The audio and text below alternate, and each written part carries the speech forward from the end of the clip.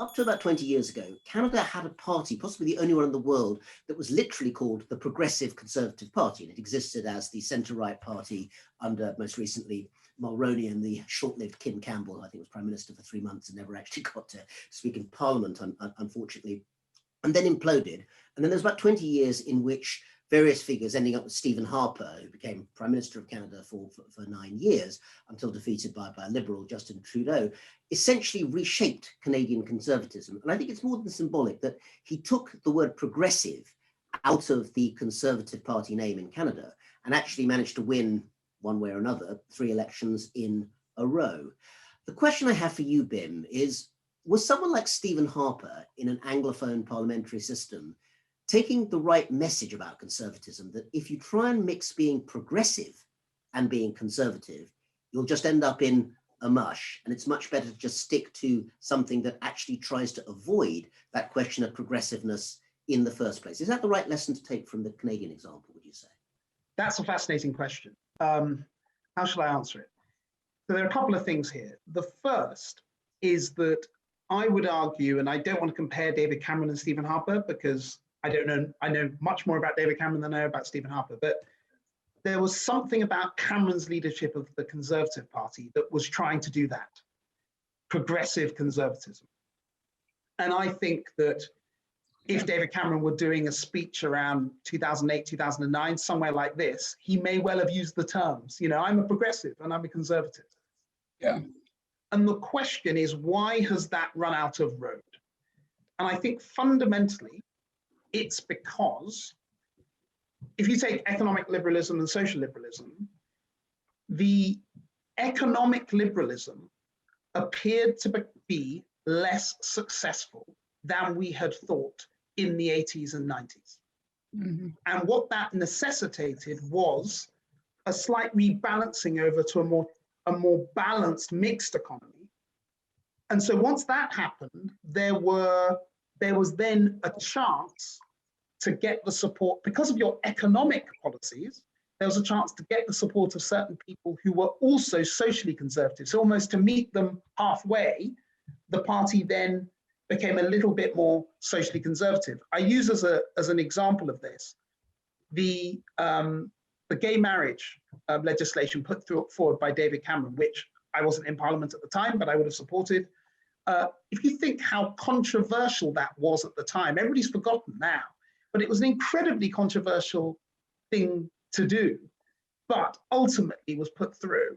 Imagine what the debate would be like today if it had happened then. I just think it would be a lot more raw. Yeah, so I think that's the way I think about that question. Just to say off the back of that, just because it shows how social conservatism and I think political conservatism of other sorts can change, it's worth noting that in the United Kingdom, which overall is one of, I think, the more socially liberal countries within Europe, although gay rights, essentially, the right for gay men in particular to meet each other freely without, kind of any legal persecution, began to end in 1967 in England and Wales. It wasn't actually till 1980 that law was ended in Scotland. And yet today, in terms of social liberalism, at least in terms of the political elite, Scotland is at least perceived as being much more liberal than large parts of the English establishment. So these things can change even within a generation. I want to bring in Deirdre, who I know is dying to come in, but the key question also, Deirdre, is conservatism and progressivism. Is that actually philosophically compatible? Can we bring the two together? Well, these are always matters of what you mean. And of course, if you're a classical continental style conservative, bloodland and the church, no, of course they aren't. By the way, I'm a trans woman. I transitioned in 1995, and it strikes me very forcibly that the UK is startlingly non-progressive on trans issues. It had to be dragged kicking and screaming over the line. But these things are, I think we all agree, come in, to use the old Marxist argument in waves of opposition and then reopposition and then reopposition. And I think I think Paul is right to point to the resentment of the English working class and the Scottish working class, for that matter, that created this chance for the conservatives to seize again the banner of social conservatism. I imagine it'll reverse itself soon, and we'll go on bouncing back and forth forever. Can we turn to you, Paul? I mean, you've been very critical for obvious reasons in terms of your critique of post-capitalism in the title of your last book, of neoliberalism, which in economic terms has been associated with conservatism for some decades now. Do you think that that's essentially a way of removing some of what has been progressive about conservatism in the past? No, look, first of all, I would say that neoliberalism was not really the property of conservatism. It may have been indeed initiated by conservatives, but if you think about its high point, the Goldilocks era, Schroeder, Clinton, and Blair were the people running neoliberalism. Yeah, that's right. So where does the progressiveness come in? I went as a left-wing activist on early. I'm a straight white man. I went to early gay pride demos when they were demonstrations.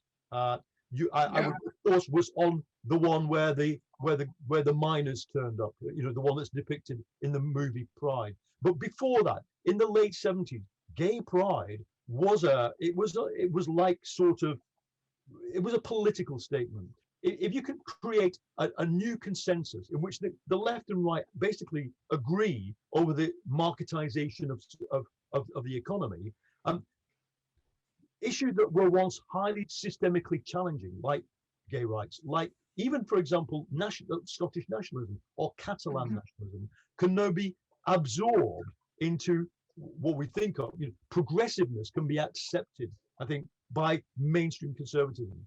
The one curveball I want to throw into this, though, is I think when we look at today's conservatism, we're actually still talking about, with the exception of the GOP in America, we're talking about parties that are actually on the classic political science matrix of left, right, liberal, conservative.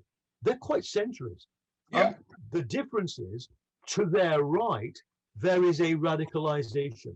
This is not of the making of Boris Johnson. It's not Boris Johnson who made Nigel Farage. It's not Boris Johnson who caused 20% of voters in my town, well, first of all, to vote for the BNP, which is a fascist party, then for UKIP, and then to switch to the Conservatives. That was in their political culture, independent of the Conservative Party. The Conservative Party is where they've ended up. So we can't lump everything onto the institutions of parties. Something deep is going on in the right of plebeian politics. Well, can we stick with you, Paul, then, but move the question on also To continue watching this video, click the link in the top left or in the description below, or visit iai.tv for more debates and talks from the world's leading thinkers on today's biggest ideas.